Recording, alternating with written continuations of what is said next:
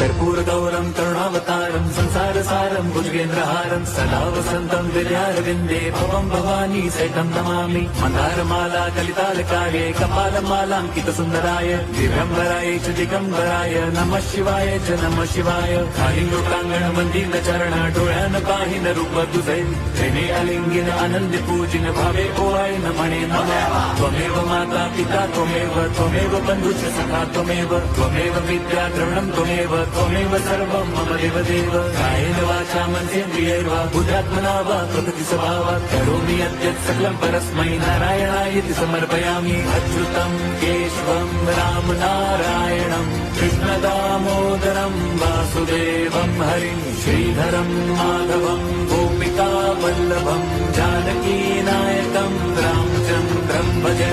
Hare Ram Ram Ram Hare Hare, Hare Krishna Hare